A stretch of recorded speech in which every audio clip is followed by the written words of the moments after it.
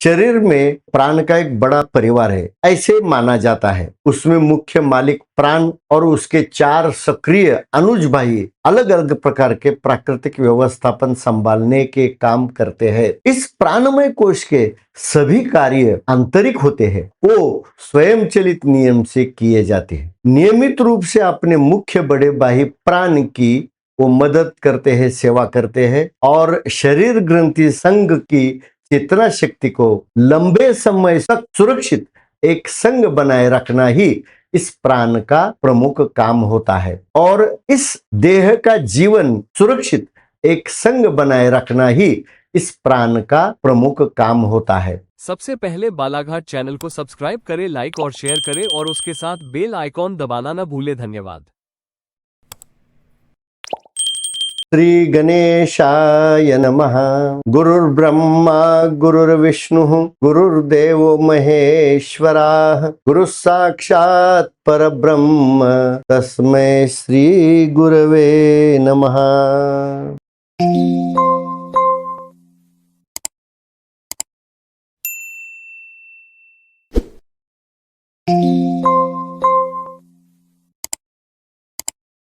देह संवर्धन और विज्ञान विषय का जो प्रक्षेपण हम YouTube के माध्यम से आपके सामने प्रस्तुत कर रहे हैं, पिछले हम कई भाग से यही जानने की कोशिश कर रहे हैं कि ये देह का संगठन कैसे होता है और ये संगठन कार्यबद्ध कैसे होता है। पिछले स्थूलांग के भाग से लेकर जो प्राणमय और अन्नमय कोश एक साथ द्विविध भारी वस्त्रवलियों को प्रकृति कैसी पहनाती है, इसका ही शास्त्र हम समझ रहे हैं। इसमें हम प्राणमय कोश कैसे बनता है वो तो हम पिछले स्थूलांग भाग में समझ लिया है, लेकिन ये प्राणमय कोश का प्रमुख कार्य क्या होता है और वो स्थूल शरीर संगठन चलाने हेतु जो 10 काम करता है उसे वो किस तरह पूरा करता है, अभी इस भाग में हम यही सविस्तर जान लेंगे। उस भाग में भी हमने यही बताया था, ये जो प्राणमय कोश हम कहते हैं, लेकिन ये बनता जल से है, क्योंकि इस सृष्टि में जीव सृष्टि को जीवंत करने हेतु आप तत्व का प्रमुख रसायन जो है पानी होता है। पानी के सिवाय या कोई भी जीव सृष्टि उत्पन्न हो नहीं सकती। इसीलिए ये पानी 2 हाइड्रोजन के अणु और 1 ऑक्सीजन के अणु के संयोग से निर्माण हुआ है और इस जल के कारण ही यहाँ सूक्ष्मलिंगी आत्मांश को या सूक्ष्मलिंगी मनोमय कोश को जीवंत होने का और जीवित जीवन जीने का अवसर प्राप्त होता है और उससे ही बहुत बड़ा संगठन होके अलग अलग प्रकार के पशु पक्षी प्राणियों के देहाकार की संगठना निर्माण होती है। हमने पिछले भाग में ये देखा है, लेकिन प्राणमय कोश का प्रमुख कार्य यहाँ क्या होता है, इसे प्राणमय कोश क्यों कहा जाता है, ये भी हमने पिछले भाग में समझ लिया है। और वो स्थूल शरीर संगठन चलाने हेतु जिस 10 काम को पूरा करता है या पूरा करना पड़ता है, उसे वो किस तरह पूरा करता है, इसे इस भाग में हम सविस्तर जान लेंगे। मनोमय कोश के जो 10 इंद्रिय सूक्ष्म अंग के भीतर होते हैं, उसका ही आविष्कार यहाँ स्थूलांग में अवयवों को विलेपित करके कार्यरत होने के लिए सक्षम होते हैं। शरीर चलाने हेतु यहाँ 5 ज्ञानेंद्रिय और 5 कर्मेंद्रिय बनते हैं और सभी इंद्रिय अपने अपने नियोजित कार्य को सक्षमता से पूरा करते हैं, जिसे हम अलग अलग अवयवों के देहाकार के रूप में क्रियात्मक स्थितियां बदलते घटते बिगड़ते नित्य इस कर्मों को देखते हैं और इसे अनुभव भी कर लेते हैं। अब हम प्राणमय कोश कैसे काम करता है इसे समझते हैं। यानी कि प्राण का 10वां विभाजन यहाँ होके वो 10 कार्य इस शरीर की संगठना को जीवित रखने हेतु कैसे प्रवृत्त होता है और वो कैसे काम करता है, ये हम जान लेते हैं। क्योंकि स्थूल शरीर का संगठन बनाते समय असंख्य प्राणमय कोश और अन्नमय कोश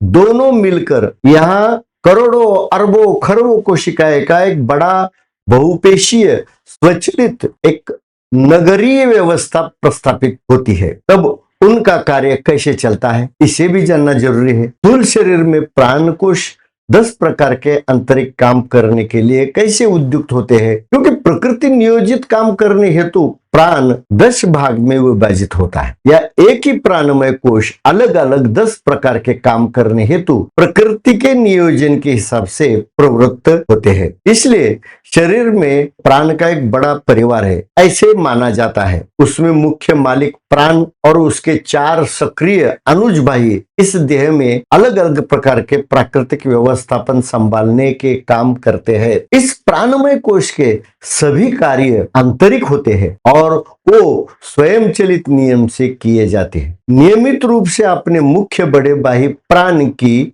वो मदद करते हैं, सेवा करते हैं और इस देह का जीवन लंबा करने का प्रयास करते हैं। अर्थात इसी भाव को लेकर संत ज्ञानेश्वर कहते हैं कि जे प्राणाचे घरी अंगे राबती भाऊ चारी। इसलिए प्राण के विभाजित 10 भेदों पर यहाँ विचार किया है। संत ज्ञानेश्वर भी कहते हैं कि इस प्राण का जो कुटुंब है उसके घर में उसके 4 भाई भी अपने अपने जवाबदारी और कार्य सक्षमता से करते हैं। पहला, इसमें हम प्राण के साथ काम करने वाले उसके मुख्य सहयोगी जो होते हैं उनके नाम अपान, समान, उदान और व्यान, ये 4 अनुज भाई होते हैं। अभी हम उसके एक एक के बारे में और उनके कार्य के बारे में समझ लेते हैं। पहला जो प्रमुख है इस कुटुंब का वो प्राण है। अभी यहाँ प्राण का जो अर्थ होता है चेतना शक्ति होती है, लेकिन वो कार्य करने के लिए प्राणमय कोश ही काम करता है। प्राणमय कोश बना जल से होता है, उसे वास्तव में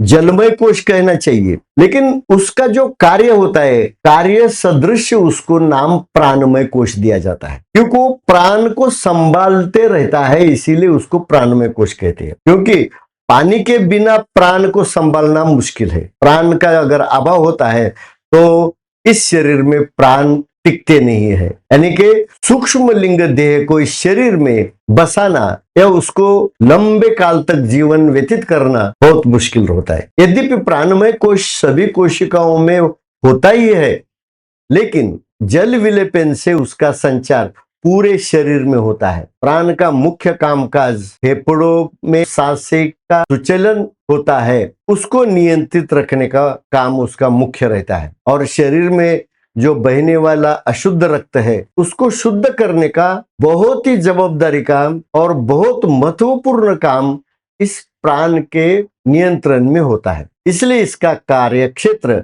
नाक के अग्र से लेकर फेफड़ों तक शुद्ध हवा यानी कि वायु सांस के जरिए उसके प्रवाह से नियंत्रित करने की इस प्राण की मुख्य जिम्मेदारी होती है। बाहरी शुद्ध हवा फेफड़ों में खींच ली जाती है और हृदय से फेफड़ों में जाने वाले अशुद्ध खून जिसमें मल मिला हुआ रहता है उसे मल विरहित शुद्ध करने का काम इन फेफड़ों में होते रहता है। वही शुद्ध खून हृदय से शरीर में भेजा जाता है। इस वायु का आवागमन खंडित होने से शरीर में चेतना शक्ति का संचार बंद हो सकता है, यानी सूक्ष्म लिंग देह मनोमय कोश बाहर निकल सकता है। इस मनोमय कोश को अपने वलय में बंदी बनाने का जोखिम भरा काम पूरी ताकत से इस प्राण खुद अपने कंधे पर लेता है। इसलिए संत एकनाथ महाराज एक चरण में कहते हैं, रागे पुढारा आला जान त्या नाव प्राण म्हणताती। इसे प्राण क्यों कहते हैं कि वो रागे यानी कि आसक्ति प्रेम से उसको इस जीवन से बहुत प्यार रहता है। जो शरीर के सभी सूक्ष्मांग से आसक्त होकर प्रेम भरे अंतकरण से यानी कि राग यानी कि आसक्ति प्रेम बाहरी शुद्ध हवा फेफड़ों में खींचकर भरनी पड़ती है और फेफड़ों के अंदर मलिन खून को शुद्ध करना और शरीर ग्रंथि संघ की चेतना शक्ति को लंबे समय तक सुरक्षित एक संघ बनाए रखना ही इस प्राण का प्रमुख काम होता है। फेफड़ों में आकर शुद्धता के लिए उपयुक्त सहायक वायु को ऑक्सीजन प्राणवायु नाम से जाना जाता है। इस वायु को प्राणवायु कहते हैं क्योंकि फेफड़ों में भरा हुआ ये प्राणवायु रक्त शुद्धि का अतिशय इंपॉर्टेंट यानी कि महत्व का कार्य करता है। अभी ये कैसे होता है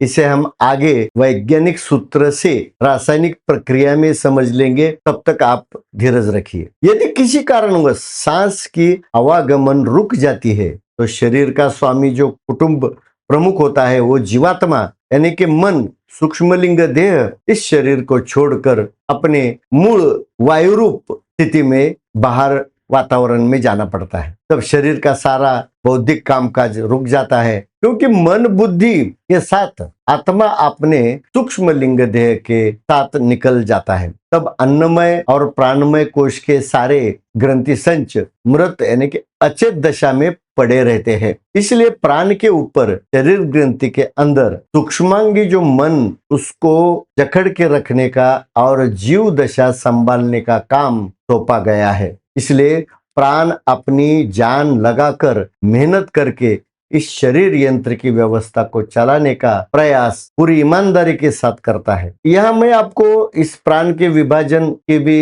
एक आकृति वो आप देख लीजिए, पंच प्राण और उप पंच प्राण के विभाजन को, उनका संक्षिप्त विवरण उस आकृति में आपको दिखेगा, या जब भी जरूरत है मैं आपको इस वीडियो में दिखाऊंगा। यहाँ संत ज्ञानेश्वर अपने ग्रंथ में कहते हैं, अहो जीव एथ उखिता वस्ती करू वाटे जाता आणि प्राणु हा बलवता मनोनी जागे। यानी कि यह प्राण यहाँ बलवता यानी कि वाटेकरू है। प्राण जब तक जीव रूप दशा में सचेत सूक्ष्मांगी मनात्मा के साथ सहयात्री होता है, तब तक जीवात्मा की ये देह यात्रा जारी रहती है। विश्राम के लिए शरीर में रुकने वाला ये कारणांगी आत्मा अपने सूक्ष्म लिंग देह के साथ कुछ समय के लिए रुक जाता है, लेकिन ये आने जाने वाला मुसाफिर होता है। इसलिए ये सूक्ष्मांगी जो मनोआत्मा है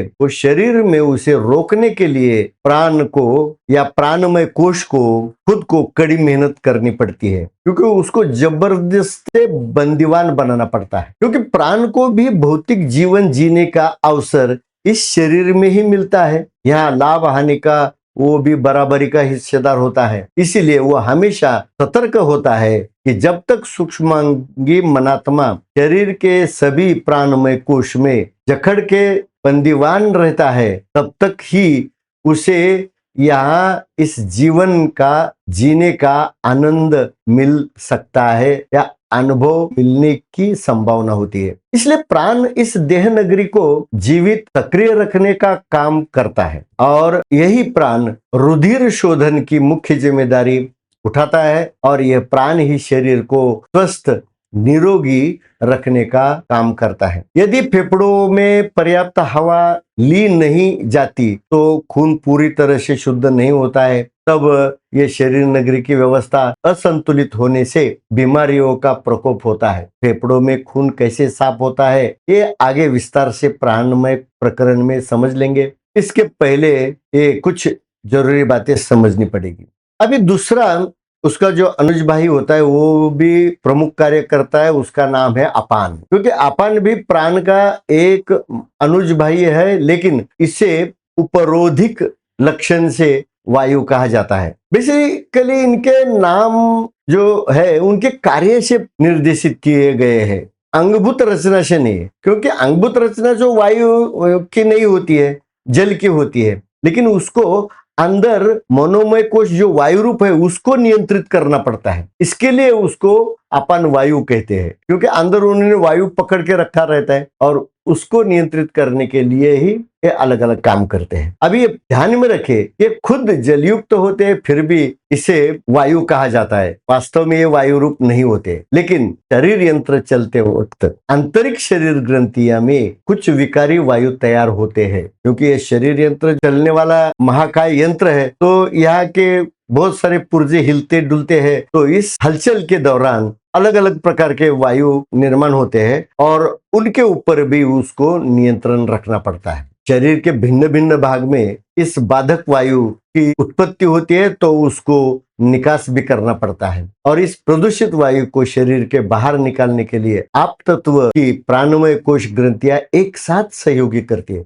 यानी कि सभी ग्रंथि कोशियों के प्राणमय कोश अपने अपनी जगह में रह के ये सब काम करते हैं। अभी जो अन्न खाते हैं वो जठर में पाचन होने के बाद छोटे आंत में जाता है और वहां वो घूमते रहता है। वहां जो भी रसायन शोषित हुआ जाता है वो अपन आगे देख लेंगे। लेकिन अन्न रस घूमने के दौरान कुछ हानिकारक दुर्गंधयुक्त वायु तैयार होते हैं, उसे बाहर निकालना जरूरी होता है, वरना अंदर या अंदर वो वायु के कारण पूरा पेट फूल जाएगा और यहाँ जीना मुश्किल हो जाएगा। बड़े आंत में ये अपान क्रिया होती है और ये अपान क्रिया है जो इस वायु को आगे ढकेलकर दबाव से गुदद्वार से बाहर फेंका जाता है। वैसे तो अपान दो जगह पे काम करता है। एक फेफड़ों में अशुद्ध हवा बनती है उसको भी बाहर उच्छ्वास से फेंकता है, वो भी अपान क्रिया ही होती है। और बड़े आंत में विकारी दुर्गंध युक्त वायु तैयार होती है उसको भी बाहर फेंकने का काम यही वायु यानी कि इसी अपान क्रिया से होता है। इस अपान क्रिया सूचित करने हेतु ही उसका नाम अपान वायु ऐसे कहा जाता है, क्योंकि वायु को बाहर फेंकने का रहता है और अपान ये क्रिया होती है, इसीलिए दोनों को मिलके इसके अपान वायु कहते हैं। शरीर के बड़े आंतड़ों में बनने वाली इस दुर्गंधयुक्त वायु को बाहर निकालने का गुदद्वार प्राकृतिक रास्ता रहता है, वहां से फेंकी जाती है। संत एकनाथ महाराज भी कहते हैं कि मागे रुसुनिया गेला जान त्या नाव मनती अपान।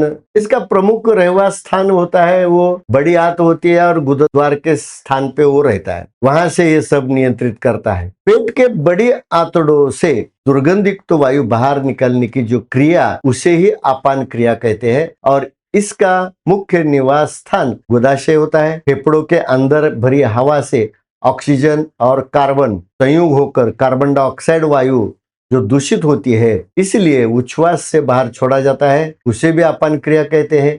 अपान का मुख्य कार्य शरीर के अंदर पैदा होने वाली सभी प्रदूषित वायु के बाहर निकालना होता है। भोजन, नलिका, पेट, छोटी आंत, बड़ी आंत, पाचन तंत्र, मलमूत्र विसर्जन, प्रजनन प्रणाली का चलन इसी अपान क्रिया के नियंत्रण से चलती है। बाद में और एक उसका अनुज भाई होता है, उसका नाम है समान। ये एक प्राण का तीसरा अनुज भाई है, लेकिन ये नाभि के स्थान पर निवास करता और उसके आजू बाजू जो फैला हुआ छोटे आंत है उसमें जो बनी दूषित वायु होती है उसको ढकेल कर बड़ी आंत में फेंकता है। उसको वहां सुविधा है, वो बड़ी आंत में फेंक के अपान क्रिया के स्वाधीन कर देता है। इसलिए समान वायु नाभि केंद्र के आजू बाजू जो भी छोटी आंत होती है उसमें स्थित होता है। इस वायु को बड़े आंतड़ों में धकेल कर अपान क्षेत्र के कार्य क्षेत्र में छोड़ दिया जाता है। इसीलिए भी एकनाथ महाराज कहते दोही माझी समत्वे जान नाभि राहिला तो समान। दोही माझी मतलब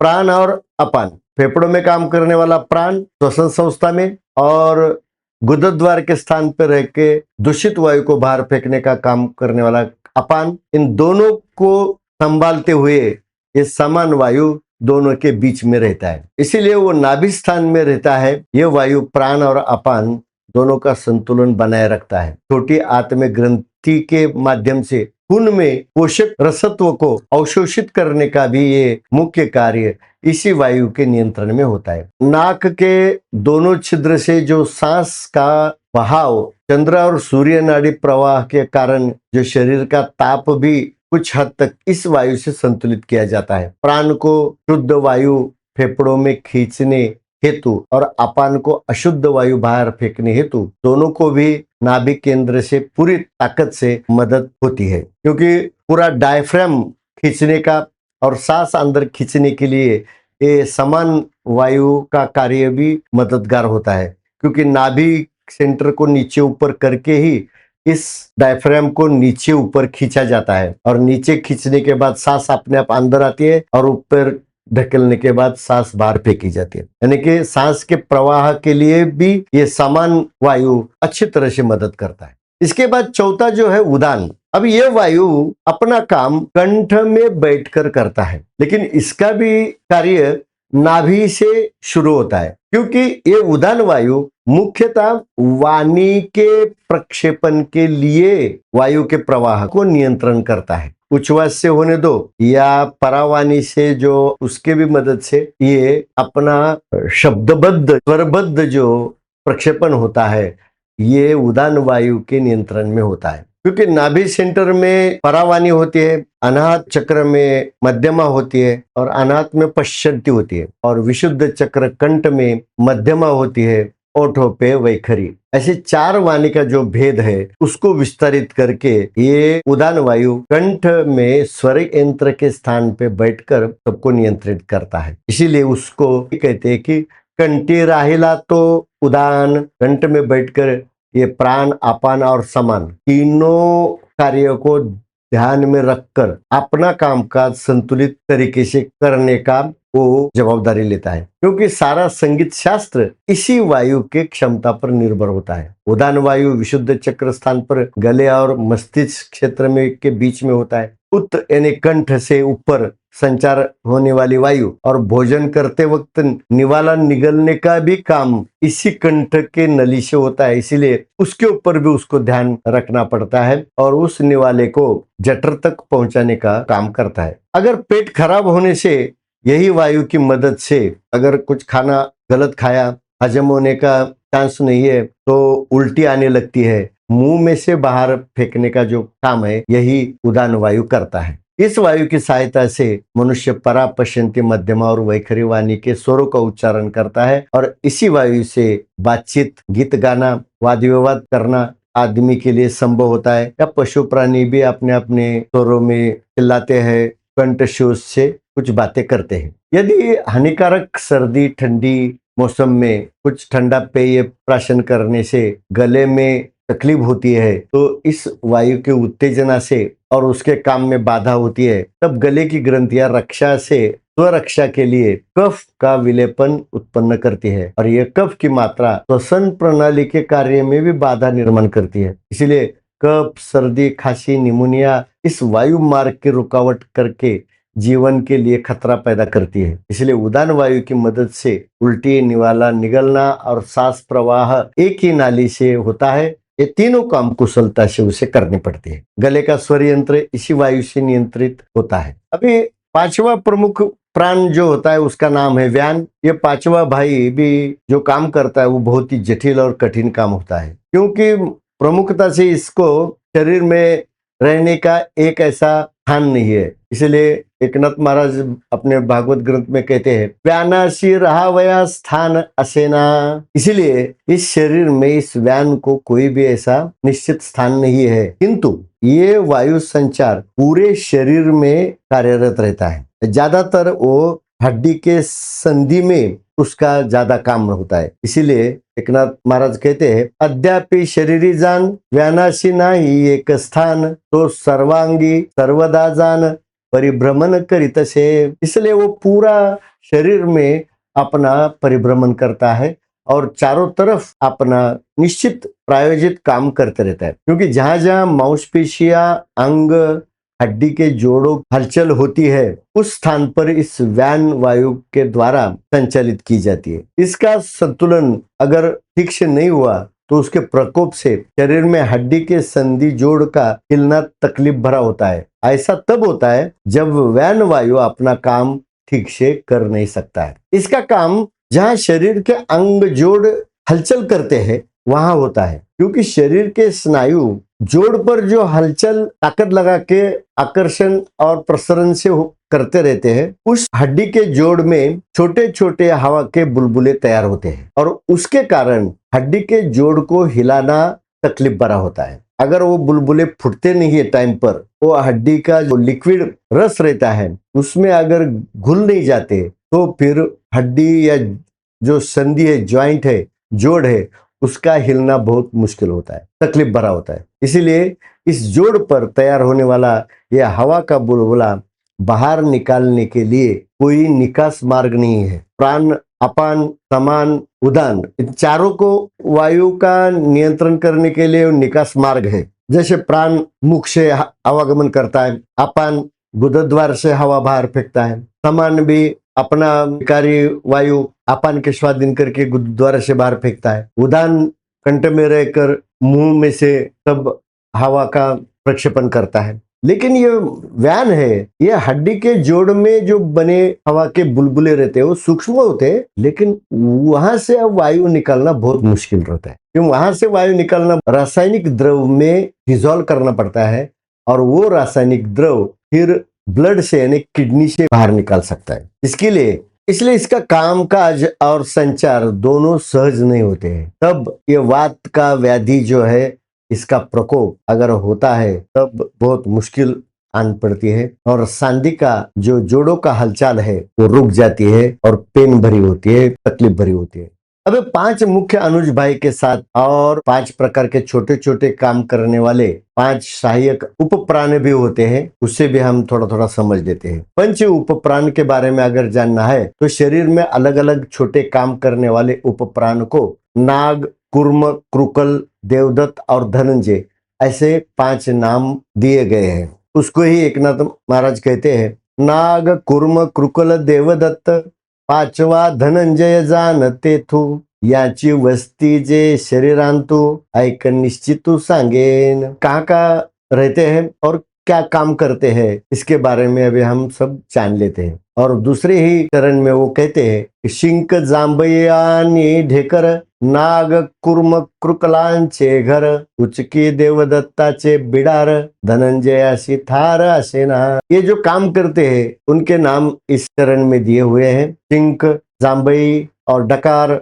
ये नाग, कुर्म, कृकल के 3 काम है। उचकी आती है तो देवदत्त से कारण आती है और धनंजय को कोई स्थान नहीं रहता है, लेकिन पूरी शरीर के ग्रंथियों का संरक्षण करने का काम होता है। अगर शरीर में प्राण सूक्ष्म लिंग देह निकल भी जाता है तब भी ये कम से कम 48 आवर्स यानी कि 2 दिन तक इस शरीर को संभाले रहता है। अब ये नाग उपप्राण जो है प्रमुखता से ये शरीर ताप को नियंत्रण करने का काम करता है, उसके संकेत देता है। अगर शरीर का ताप कम होने लगता है उसका संकेत शीघ्रता से देता है। और जब मानव का शरीर तापमान अक्सर 36.5 से 37.5 डिग्री सेल्सियस माना गया है, उसी को 97.7 या 99.5 फ़ारेनहीट माना जाता है। जब शरीर बाहरी ठंडे तापमान के कारण शरीर भी ठंडा पड़ने लगता है, बाहरी तापमान अगर बहुत ही सर्दी का होता है तब ये उपप्राण इस शरीर को ठंडा होने का संकेत छींक के जरिए देता है। तब ये नाग उपप्राण 2 नागपुड़ी के गुहा से अंदर जो आग्नेय चक्र स्थान पर जहाँ 2 भव मिलती है, जहाँ चंद्र सूर्य नाड़ी का बहाव बहते रहता है और वहां इसका सेंसिंग किया जाता है कि बाहर का वातावरण का टेम्परेचर कितना है और अंदर का शरीर का टेम्परेचर तो फिक्स रहता है, उसमें कम ज्यादापन चलता नहीं है। अगर वो बाहर का वातावरण बहुत ही ठंडा रहता है तो तुरंत छींक आने लगती है, सर्दी होने लगती है। जब गर्मी के मौसम में आइसक्रीम, शीतपेय, बर्फ के गोले खाने के कारण भी ऐसी नौबत शरीर में उद्भवती है। चंद्र सूर्य नाड़ी के वायु प्रवाह का संचरण ठीक से चलता नहीं और उसमें चंद्र सूर्य नाड़ी प्रवाह अराजक होती है। ये चंद्र सूर्य नाड़ी क्या है हम अगले कुछ भाग में समझ लेंगे। बाहर का तापमान बहुत ही बढ़ता है तब शरीर ताप संभालना भारी पड़ता है, उसके कारण शरीर स्वास्थ्य संतुलन बिगड़ जाता है। बाहरी वातावरण ठंडा होने से सर्दी होने का संकेत ठीक से ये नाग उपप्राण देता है। तब इस शरीर को कुछ प्रयास करके शरीर का तापमान नियंत्रण में रखने का प्रयास करना पड़ता है। तब ये सर्दी, कफ संक्रमण से नाक बंद होकर सांस लेने में भी रुकावट आती है और कफ का प्रकोप भी बढ़ता है, उससे खांसी, ताप लक्षण दिखने लगते हैं। इसे नियंत्रित करने के उपाय ढूंढने पड़ते हैं और उसको करने पड़ते हैं। कुर्म जो है, जांबई देना, पलक झपकना, ये जो काम छोटे छोटे होते हैं उसे करते रहता है, क्योंकि उसका स्थान मस्तिष्क में, मेंदु में रहता है और मेंदु में बैठकर भोजन के बाद उसे हजम करने के लिए जठर में या पेट में पाचन क्रिया पूरी करने के लिए अतिरिक्त ऊर्जा की जरूरत होती है। तब शरीर की अन्य इंद्रिय, वायु, अवयव की हलचल धीमी करने के लिए शरीर में नींद का प्रभाव बढ़ने लगता है। शरीर ऊर्जा का लेखा जोखा रखकर ऊर्जा की खपत शरीर में कहाँ हो रही है और कहाँ से उसकी कटौती की जा सकती है, उसको समझकर बाहरी अवयव, हाथ, पैर, आंख, कान, नाक, इन्हें बंद करने की कोशिश करने के लिए नींद का प्रभाव बुद्धि में प्रभावित होता है इसका मतलब शरीर को आराम करने की जरूरत है, पाचन क्रिया के लिए अतिरिक्त ऊर्जा की जरूरत है। इसका संकेत यही वायु देता है। तब बुद्धि खुद अंगों से आलस्य भरने का आदेश देकर आलस भरती है। इस प्राण से स्वयंचालित संवेदन से ये काम किया जाता है। इसके प्रभाव से बुद्धि गहरी नींद में जाती है और हाथ पैरों की गति रुक जाती है। शेष बची ऊर्जा का उपयोग जठर के कामकाज करने के लिए किया जाता है। इसके अलावा जागृत स्थिति में आंखों को गीला रखने के लिए भी यही वायु प्राकृतिक हेतु स्वचलित पलके झपकाने का काम निरंतर करती रहती है। वो अखंड चलते रहता है। जागृति में सोने के बाद तो पलक बंद रहते हैं, लेकिन अपन जागते हैं तब ये पलके झपकते रहती है, तभी कूर्म प्राण ये काम करते रहता है। अभी क्रुकल इस उप प्राण से भूख लगना, पेट भरने के बाद डकार देना, पित्तस्राव प्रसव के ऊपर नियंत्रण रखना, ये काम क्रुकल उपप्राण करता है। और अन्न का निवाल उसे निगलने के लिए जो नली है, इस नली और जठर इसके जोड़ पर इसका स्थान होता है। ये बाजू में जठर रहता है और ये बाजू में अन्न नलिका रहती है। वहां बैठकर ये वायु पेट खाली होने के बाद भोजन की मांग करता है, तब भूख लगने का संकेत देता है। यदि इस उपप्राण के संकेत से भोजन करते हैं तो आधा पेट भरने का संकेत देने के लिए वो डकार भी देता है। पाचन क्रिया के लिए पित्ताशय की थैली ग्रंथियां इस उपप्राण प्रेरित स्वचालित संदेशों के माध्यम से अम्ल और पित्त स्राव दोनों को प्रसवती है। जो अयोग्य चीजें अगर अधिक खाई जाती है तो अग्नाशय स्राव से पित्त की मात्रा का संतुलन बिगड़ जाता है। परिणाम स्वरूप पेट में भरे भोजन का अपच होने के लक्षण पैदा हो, तब दुर्गंध भरे डकार आते रहते हैं। उसके ऊपर उपचार अपने को करने पड़ते हैं। इसके बाद जो आता है वो देवदत्त। इस उपप्राण के संकेत से हिचकी आना, अन्नरस जठर में धकेलना, इस देवदत्त उपप्राण का स्थान मुंह से लेकर गुदद्वार तक जो पाचन संस्था में जो नलिका है, अन्नरस का या अन्न का निवाला है, उसे आगे ढकलने का काम करने के लिए कुछ कोशिकाओं को प्रसरण क्रिया करनी पड़ती है और कुछ कोशिकाओं को अकुंचन की क्रिया करनी पड़ती है। इसीलिए उसके अनुक्रम से वो क्रिया करने का काम ये देवदत्त उपप्राण करते रहता है। निवाला मुंह में डालने के बाद कंठ से नीचे जाता है, तब उसको अन्न नलिके में उसको आगे आगे ढकेल कर पेट में डाला जाता है। पेट में हजम होने के बाद जो छोटे आंत में ढकेला जाता है, वहां भी ये देवदत्त प्राण काम करता है और वहां की नलिका को, भले वहां समान वायु का नियंत्रण रहता है, लेकिन समान वायु के सब काम ये देवदत्त प्राण करता है। समान वायु अन्नरस में से जो आवश्यक रसायन है उसको शोषने का काम इन्हीं कोशिका से किया जाता है। इसीलिए इस प्रणाली में स्थित होकर निवाले को पेट में धकेलने का काम ये वायु। अपने शरीर में 70% पानी होता है, लेकिन जठर में जुड़े अन्न नलिका में अगर पानी की मात्रा कम होती है, तब अचानक ये हिचकी आने का काम इस देवदत्त वायु से ही होता है। जब पेट में पानी और भोजन पाचन के दौरान अन्न प्रणाली सूख जाती है, तब ये हिचकी आने के बाद पानी पीने की सलाह दी जाती है। अभी आखिरी में ये धनंजय जो है, ये उपप्राण पूरे शरीर ग्रंथियों की देखभाल करता है। उसका कोई निश्चित स्थान नहीं होता, फिर भी मृत्यु के पश्चात भी कम से कम ये 48 घंटे तक शरीर में ऊर्जा बनाए रखकर शरीर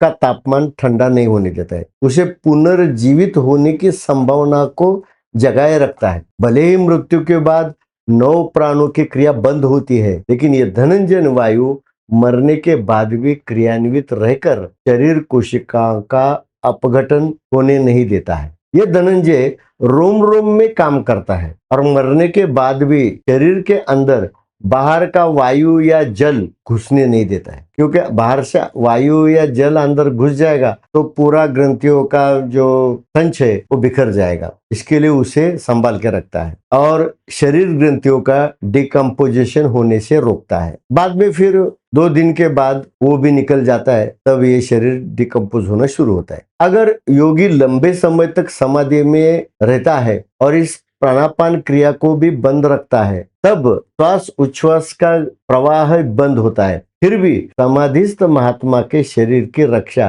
यही धनंजय वायु करता है। लेकिन शरीर के सभी ग्रंथि में जीवन ऊर्जा को बनाए रखने का काम यह धनंजय वायु अपनी क्षमता से करते रहता है। मृत्यु के 2 दिन बाद इस वायु का प्रभाव शरीर से कम होता है। उसके बाद यह प्रेत शरीर आप और भूत तत्व के असंतुलन से सड़ने की क्रिया होने लगती है और दोनों विभक्त हो जाते हैं। ये 5 उप प्राण शरीर में विभिन्न स्थानों पर रहकर निर्धारित कार्य करते हैं। ऐसे 5 प्राण के सहयोगी उप प्राणों का काम बहुकोशिकाएं बड़े स्थूल देह में अपनी अपनी जगह पर रहकर करते हैं। इसलिए इस शरीर यंत्र के संगठन को ठीक से चलाने के लिए इन्हीं 10 प्राणों का बड़ा सहयोग होता है। इस प्राण क्रियाओं का विभाजन और उनकी सक्रियता का पूरा विवरण आपके समझ में आया ही होगा। अगर आपने इस वीडियो को ध्यानपूर्वक देखा और सुना होगा तो ये सारी बातें आपके समझ में जरूर आएगी। इस वीडियो के साथ कि बहुकोशिकीय देह संगठन